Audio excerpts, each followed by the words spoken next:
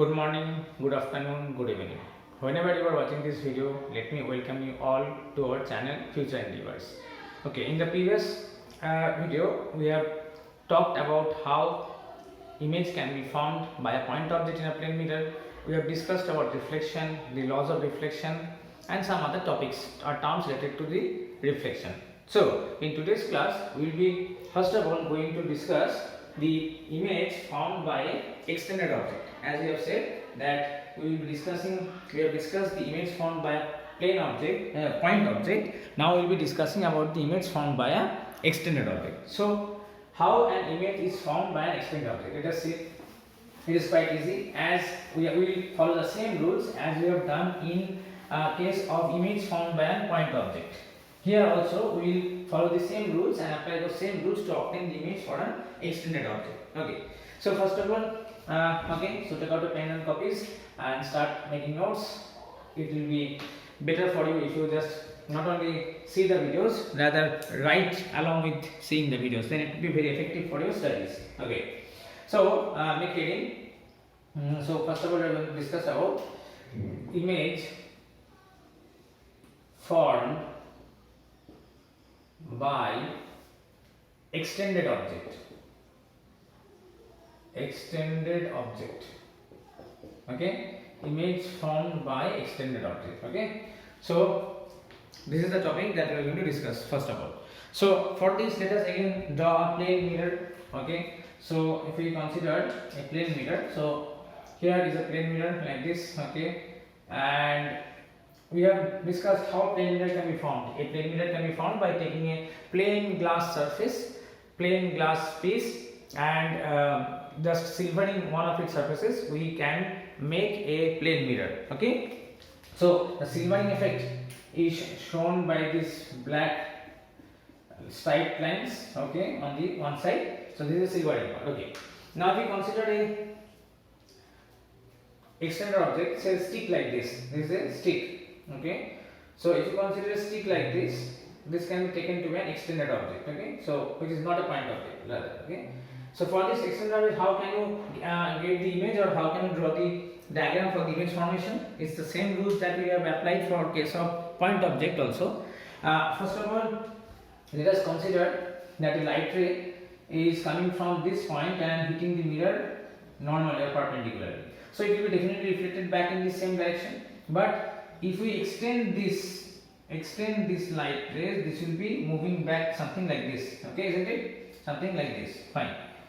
Now, if I take another ray from here, and if it hits the mirror here, and if I draw a normal at this point,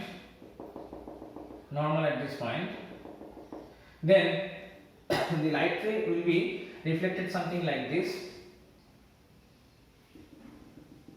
Okay, so it's here, and from this the light ray just goes out like this. Okay, so this is the diagram. Fine.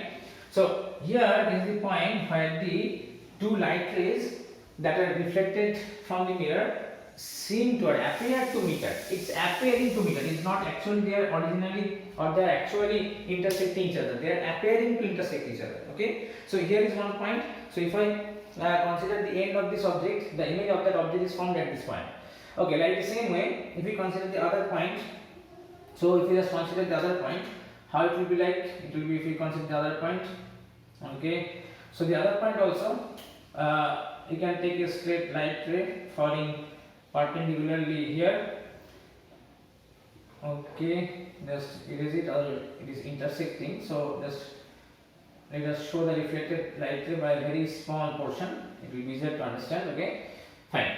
So we can see that the light ray from this second point is also falling on the mirror perpendicularly. So it is falling and it will be reflected back along the same path. Isn't it like this?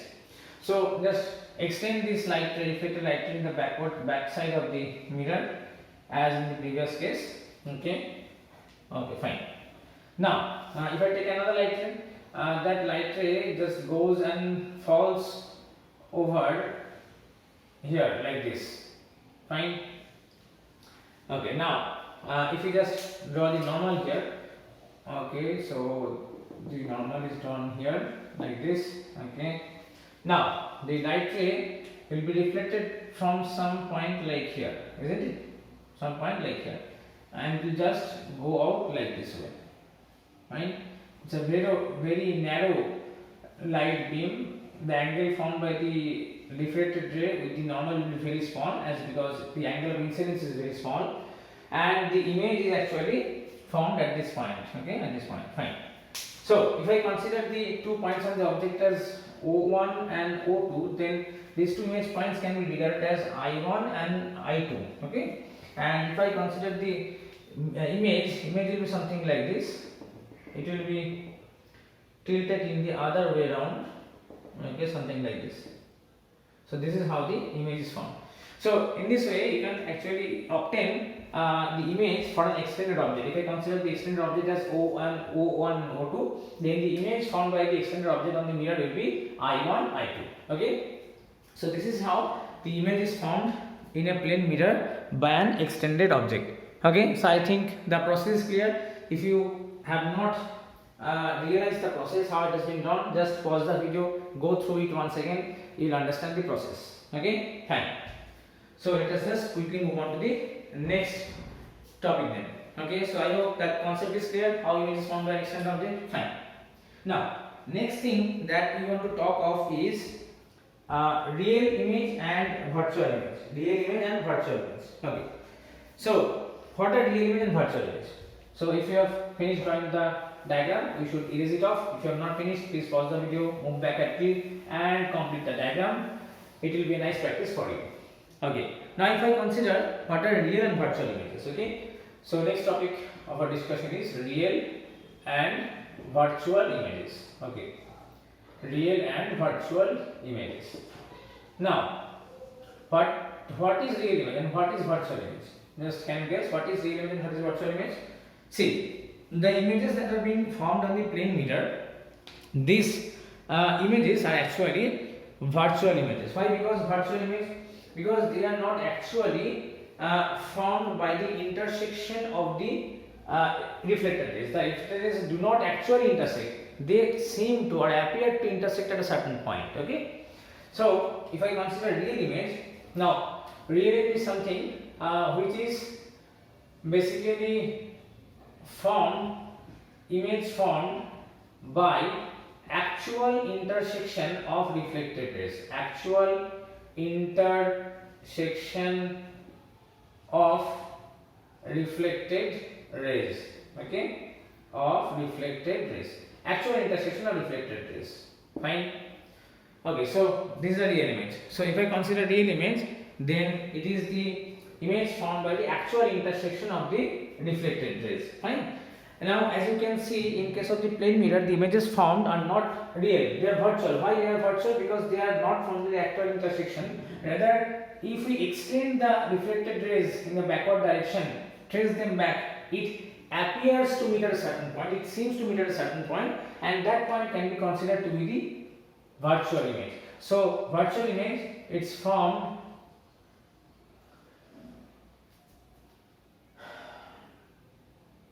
when they are formed when reflected rays